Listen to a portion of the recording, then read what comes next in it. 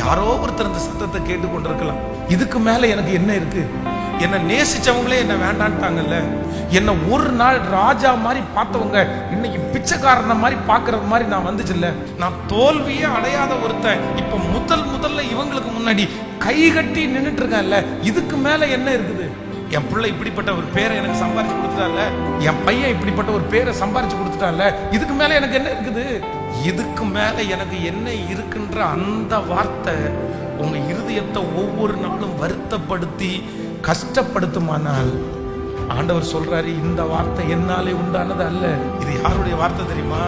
இந்த உலகத்திலேயே நெகட்டிவ காமிச்சு நம்மளை அழிக்கிறவன் சத்துரு. விசுவாசத்தை விதைச்சு அதற்கு தண்ணி ஊத்தி வளர்த்துகிறவர் நீங்களும் நானும் ஆராதிக்கிற கர்த்தர்.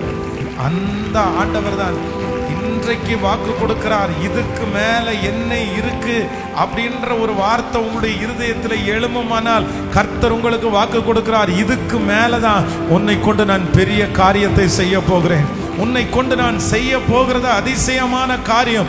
உன்னை கொண்டு செய்ய இன்னும் நிறைய காரியத்தை நான் வைத்திருக்கிறேன். நீ பிழைத்திருந்தால் போதும், நீங்க சுகமா இருந்தால் போதும், சகலமும் உங்களை தேடி வரும், உன்னிடத்தில் வந்து சேரும். நான் பயப்பட மாட்டேன்.